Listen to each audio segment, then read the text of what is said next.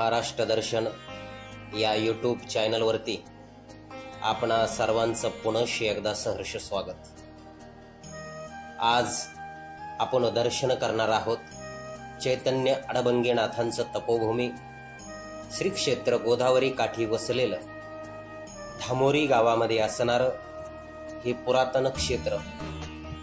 अडबंगीनाथांनी इथं तपश्चर्या केली आणि याच ठिकाणी त्यांना नाथपंथाची दीक्षा देण्यात आली। नवनाथ कथासारानुसार माणिक नावाचे शेतकरी आपल्या शेतामध्ये काम करत असताना गुरु गोरक्षनाथ तिथे आले आणि त्यांनी आलाक निरंजन असा आवाज ठोकला। माणिक नावाचे शेतकऱ्यांनी गोरक्षनाथांना आपली शिदोरी खाण्याकरता दिली। शिदोरी खाऊन तृप्त झाल्यानंतर गोरक्षनाथांनी माणिक नावाच्या शेतकऱ्यांना विचारलं, तुला जर माझ्याकडे काही मागायचं असेल तर माग। पण माणिक नावाचे शेतकरी म्हणाले, तुम्हीच फकीर आहात, तुम्ही मला काय देणार? तुम्हालाच अजून काही मागायचं असेल तर माझ्याकडे मागा। माणिक नावाचे शेतकरी ऐकत नाही म्हटल्यावर गोरक्षनाथांनी त्यांना सांगितलं, तुम्हाला जे करू वाटेल त्याच्या उलट करा। त्यांनी झालं असं 12 वर्ष तिथं तपश्चर्या केली, कारण त्यांना उलट करायचं होतं, ते घरी जाऊ शकले नाही। 12 वर्षानंतर तिथं आल्यानंतर मच्छिंद्रनाथ आणि गोरक्षनाथ इथं आल्यानंतर त्यांना त्या ठिकाणी मच्छिंद्रनाथ आणि गोरक्षनाथ सोबत होते, त्या ठिकाणी त्यांना अडबंगी हे नवीन नाव देण्यात आलं। ते असणारं क्षेत्र म्हणजे श्री क्षेत्र धामोरी। कधी जर आलात तर कोपरगाव तालुक्यामध्ये असणारं हे तीर्थक्षेत्र एकदा या परिसराला जरूर भेट द्या आणि नाथांचं दर्शन करा। या ठिकाणी आल्यानंतर तुम्हाला बघा ही फार मोठी गोरक्ष चिंच दिसेल। हिची सुद्धा आख्यायिका फार मोठी आहे।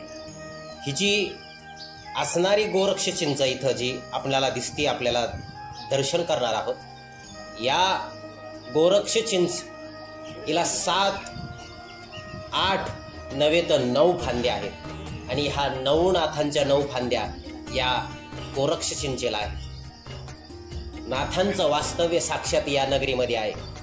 म्हणून कधी जर आलात तर या स्थानाचं दर्शन अवश्य घ्या।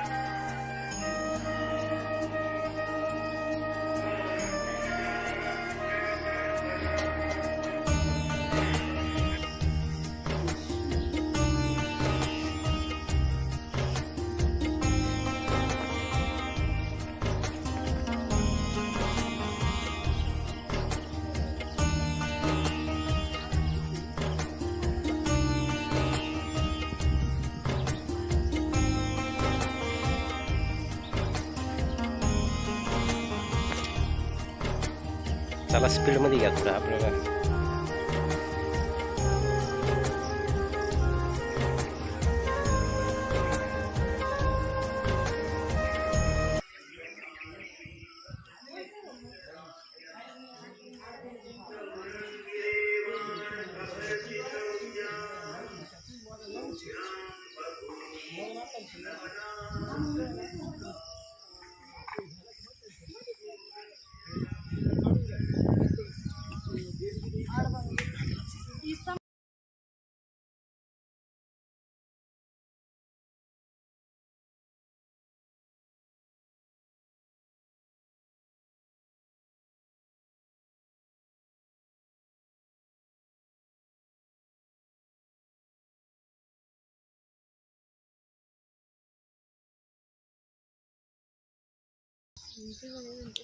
बघा, ही जी आपल्याला दिसती ही आहे गोरक्ष चिंच.